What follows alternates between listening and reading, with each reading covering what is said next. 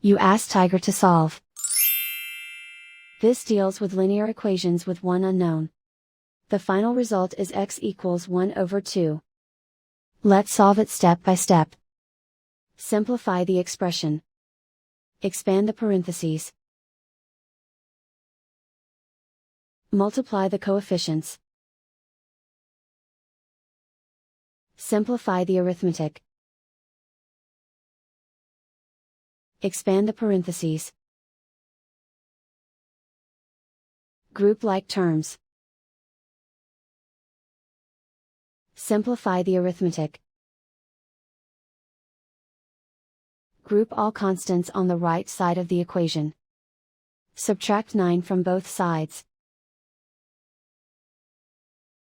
Simplify the arithmetic.